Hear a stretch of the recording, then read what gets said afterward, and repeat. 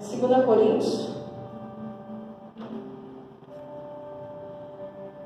É porque a letra é muito miúda, aí não dá para deixar a minha, que a letra é grande aqui.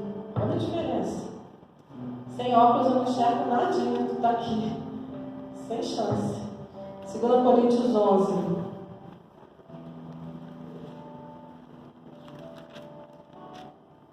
Amém? Vamos ler alguns versículos nessa passagem. Vamos colocar nas duas aqui. Glória a Deus.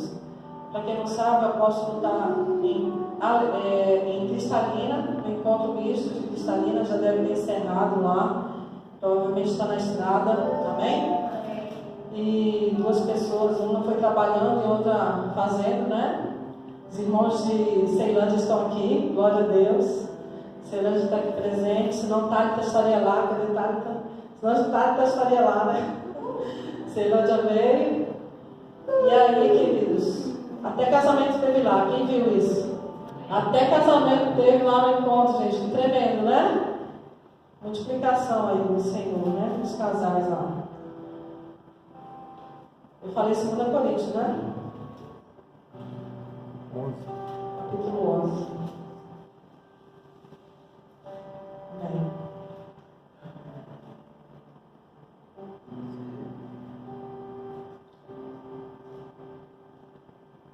Vamos começar no primeiro versículo, amém, queridos?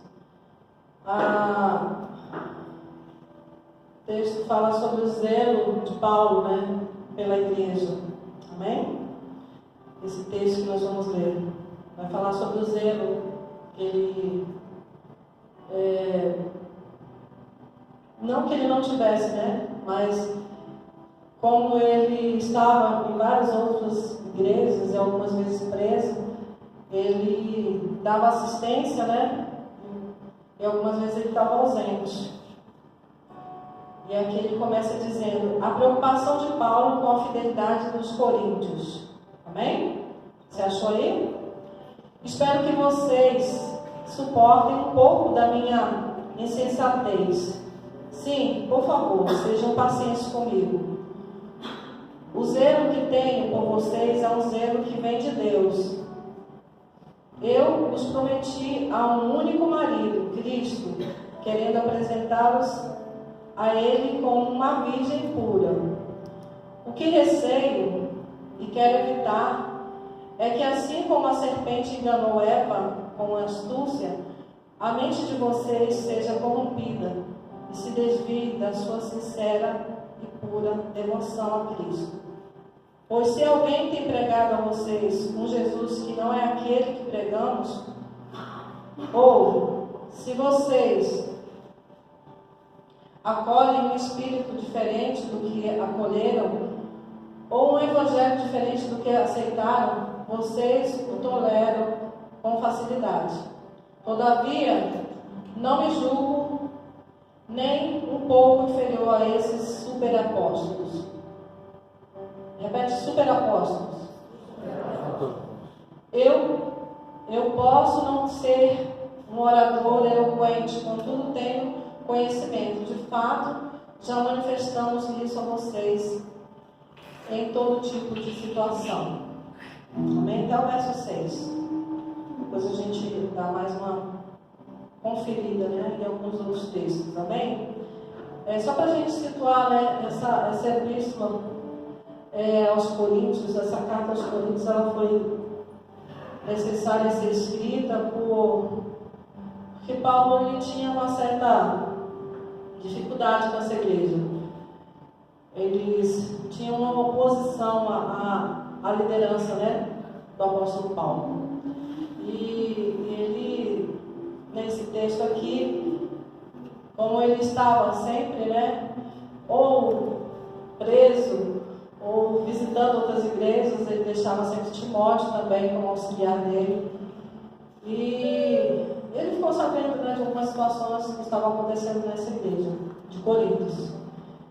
E aí ele passa por lá, porque eles se comunicavam por cartas, né, queridos? E se a gente for ler o capítulo 10 desse livro, a gente vai ver que ele está meio que dando uma satisfação, né? Porque eles diziam assim, não, por carta ele é, né, poderoso, mas pessoalmente ele é muito fraquinho. É isso que eles estavam dizendo a respeito de Paulo, né? Tipo, por carta você nos exorta, nos orienta, mas pessoalmente você é muito fraquinho. Né? Você pode ler isso aí. Amém? Se você tiver curiosidade, né? Lógico. Mas é importante você ler. É importante você conhecer da palavra, para você não ficar, né, de repente, ser induzido ao erro. E Paulo meio que... Eu vejo muito isso na vida de Paulo. Ele meio que advoga para ele mesmo, né? Ele é meio... se defende, né? O tempo todo dessas situações. Mas Paulo sabia, ele tinha firmeza do propósito de Deus na vida dele. Por isso ele não se abalava, né?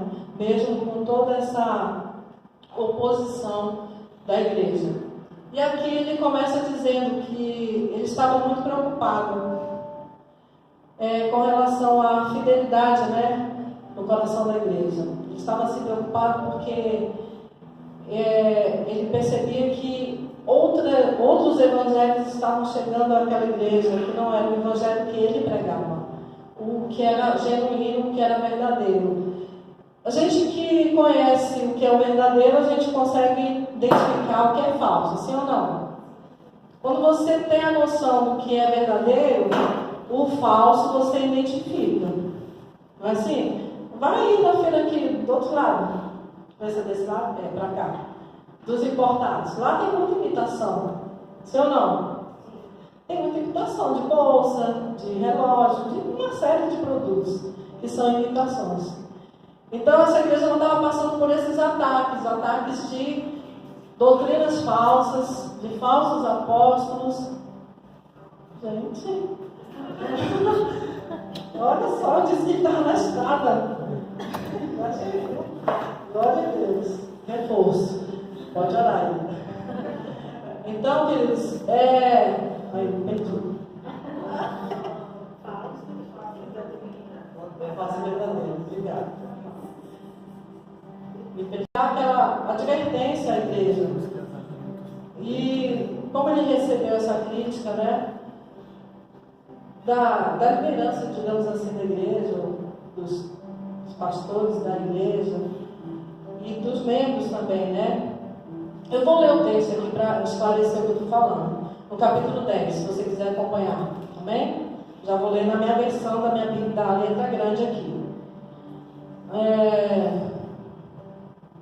Verso 9. No 8 é melhor. 10, 8. Capítulo 10, verso 8. Porque se eu me gloriar um pouco mais a respeito da nossa autoridade, a qual o Senhor nos conferiu para edificação e não para destruição vossa, não me envergonharei, para que não pareça ser meu intuito intimidar-vos por meio de cartas. As cartas, com efeito, dizem, são graves e fortes, mas a presença pessoal dele é fraca e a palavra desprezível. Era isso que estavam dizendo dele, né? Que por carta ele era, né? Chegava aquela mensagem assim fervorosa, mas pessoalmente eles não estavam satisfeitos, né? E aí o apóstolo Paulo diz, olha, tudo bem, né? Eu vou falar a respeito daquilo que eu recebi do Senhor, aquilo que eu fui incumbida a fazer, né? Ele tinha consciência de que ele pregava a palavra de Deus, de que ele anunciava a palavra, de que ele estava testemunhando daquilo que Deus tinha feito na vida dele, porque não tem coisa melhor do que você testemunhar daquilo que Deus fez na sua vida. Amém? Da transformação que Deus fez na sua vida. Você dá testemunho de outro, é legal, é importante. Mas quando você fala de si mesmo, não, eu era assim, assim, assim, e agora eu sou assim, assim, assim. Então é diferente, né, querido? Soa de forma diferente, porque é a própria pessoa que está testemunhando. Então o apóstolo Paulo, por diversas vezes, falou isso para aquelas pessoas, né? Que ele foi um homem que perseguiu a igreja, ele foi um homem que matou né, cristãos, ele consentiu a morte de Estevão. Né? Quem já leu isso na Bíblia? Né? Quando o Estevão foi apedrejado, ele terminou o discurso dele, contou toda a história da Bíblia, né? Estevão contou toda a história de como ele chegou naquele momento, e aí começaram as pedras. E quem estava, né, com as vestes de Estevão perto era exatamente o Saulo, né? Se transformou em um apóstolo Paulo. Amém? E ele começa dizendo: olha, me suportem mais um pouco, suportem minha insensatez, porque era dessa forma que eles os viam. Essas pessoas, né, de Corinto viam a Paulo. Quando ele começa dizendo: espero que vocês suportem um pouco da minha insensatez. Sim, por favor, sejam pacientes comigo. Tipo, ele está se humilhando, né? Pedindo realmente que eles tivessem, pelo menos, temor, né, no coração deles, porque ele não estava brincando de ser pastor. Amém? Ele precisava passar a mensagem de Deus na íntegra. E ele começa dizendo: olha, a minha preocupação como pastor é que vocês sejam persuadidos, assim como Eva foi persuadida lá no Éden, né? A serpente, no caso Satanás, né, persuadiu a Eva a ponto dela desobedecer.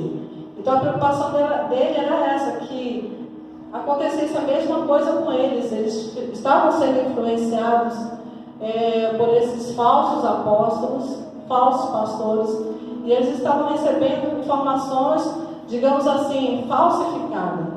Não era aquela mensagem realmente verdadeira. Eles estavam sendo conduzidos ao erro por conta daquela mensagem que eles estavam recebendo. Amém?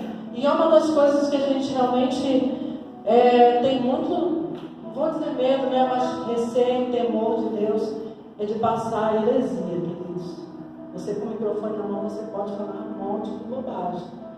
Mas tem que ter o temor de Deus, porque senão você vai conduzir muitas pessoas ao engano e ao erro. E a consequência não vai ser só para você que recebeu essa mensagem, vai ser para quem transmitiu também. Amém? Então essa era a preocupação do apóstolo Paulo. Né? Que assim como Eva foi persuadida, né? Onde você leu aí. O que receio e quero evitar. Ou seja, ele estava tomando uma atitude de prevenção. Ele estava prevendo algo que poderia acontecer com eles. Vocês entendem assim? O que eu quero evitar? Eu quero prevenir vocês que isso aconteça. Né? Que vocês sejam persuadidos a esfriar, né? Que assim como a serpente enganou Eva com astúcia, a mente, olha onde ele fala, de onde ele fala, por isso que eu fiz essa versão, né? A mente de vocês seja corrompida e se desvie da sua sincera e pura devoção a Cristo. Isso acontece nos nossos dias, queridos?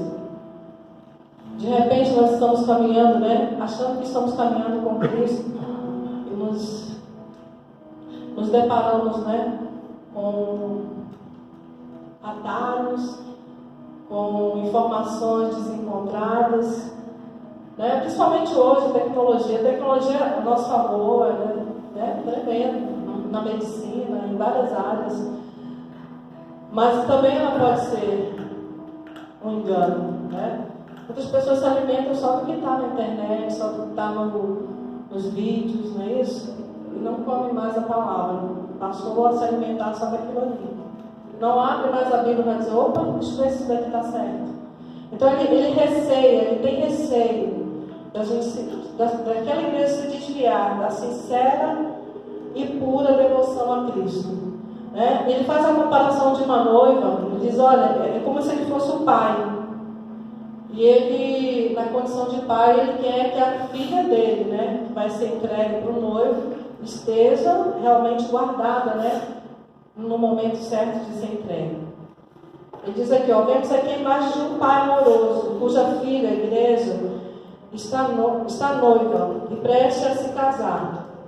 sente que o seu dever de mantê-la pura, a fim de poder apresentá-la a seu marido com alegria e não com pesar. Paulo veio à igreja como essa noiva, prestes a se casar com Jesus Cristo. Amém? Você, eu, somos a noiva de Cristo.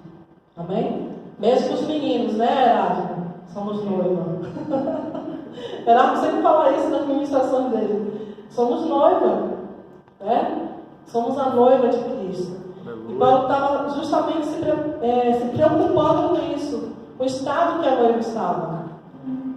Será que ela está realmente se guardando para o seu noivo? Guardando a fidelidade? Guardando os princípios, né, do reino? Esse casamento, né, ocorrerá quando Cristo voltar para buscar a sua noiva. Amém? Amém? Você espera isso, queridos? Então nós como igreja precisamos estar preparados, né? Precisamos realmente ter os adornos. Quando você vê uma noiva numa igreja, a atenção toda é para aquela noiva, não é? Não tem atenção nem para o noivo, vai ser para a noiva. É lógico que a noiva está lá esperando, lá no altar. Mas quando ela entra, todos os olhares se voltam para ela, né? Então assim, ela vai ser entregue, ou pelo pai, se não tiver pai, ou familiar, né? Ela vai ser entregue para o noivo. E Paulo estava se preocupando justamente com isso. Como é que essa igreja vai estar quando o noivo vier? É uma preocupação que quase não se fala, né? Nós somos a noiva de Cristo, querido. Nós precisamos realmente adentrar nessa intimidade, né, com o nosso Senhor Jesus e ter realmente a certeza de que Ele vem nos buscar. Sabe? Realmente sermos essa noiva adornada que Ele espera encontrar. Não é à toa essa preocupação de Paulo. Não é, queridos. Porque quando você é crente raiz e não Nutella, você não quer o oba-oba. Você não quer só mover. Você tem o mover, né? Você tem a profecia, mas você tem também a palavra. Amém? Crente Nutella não quer palavra. Crente Nutella quer só, sabe, os vídeos do YouTube, das pregações dos famosos, dos conceitos que são passados. Não quer sentar, não quer ouvir. Só que Jesus veio buscar uma noiva. E ela precisa estar pronta. Eu e você precisamos estar assim, nessa condição. Do noivo bater o olho e dizer, ó, ela está realmente guardada. Então Paulo ele prevenia a igreja, estava prevenindo a igreja. Olha, cuidado. Esses falsos apóstolos, eles podem, né, ter esse superpoder que eles estão dizendo que eles têm. Não é isso que nós vemos aí? Na minha versão não diz super, né? Na minha versão diz outra coisa.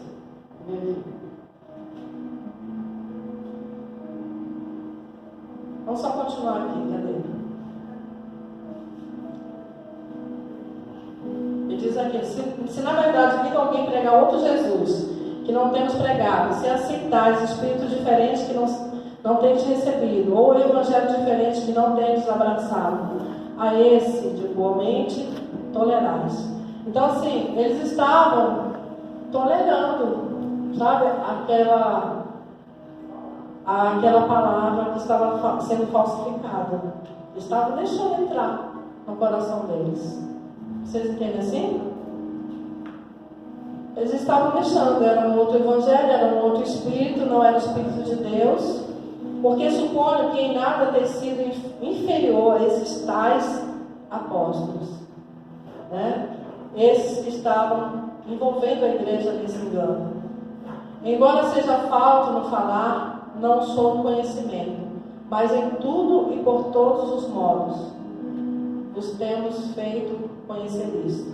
Então ele sabia o que ele tinha pregado e ministrado naquela igreja. Ele sabia que ele não estava pregando heresia nem mentira para aquelas pessoas, mas sim que ele estava mostrando o caminho da verdade. Amém? Você pode continuar comigo no verso 7? Ele continua, né? Aquela questão do capítulo 10. Ele continua a defesa dele de certa maneira aqui. Ele começa dizendo: cometi eu porventura algum pecado, pelo fato de viver humildemente, para que fosseis vós exaltados, visto que gratuitamente vos anunciei o Evangelho de Deus. Despojei outras igrejas recebendo salário, para vos poder servir. Estando entre vós, ao passar privações, não me fiz pesado a ninguém, pois os irmãos, quando vieram da Macedônia, supriram o que me faltava. E em tudo me guardei, e me guardarei de vos ser pesado. A verdade de Cristo está em mim. Por isso não me será tirada esta glória das regiões da Caia. Aquele lugar que ele estava. Por que razão? Porque não vos amo? Deus o sabe. Mas o que faço e farei é para cortar a ocasião àqueles que buscam com o intuito de serem considerados iguais a nós, naquilo em que se gloriam. Porque os tais falsos apóstolos, obreiros fraudulentos, transformando-se em apóstolos de Cristo. E não é de admirar, porque o próprio